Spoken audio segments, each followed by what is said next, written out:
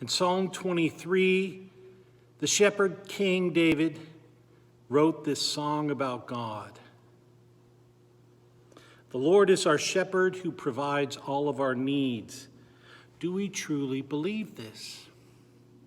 Also, he points out that God restores our souls. How does God restore our souls? Well, in the rest of the psalm, we find that David has outlined three principles in which the Lord restores our soul. Number one, through rest. Number two, through reflection.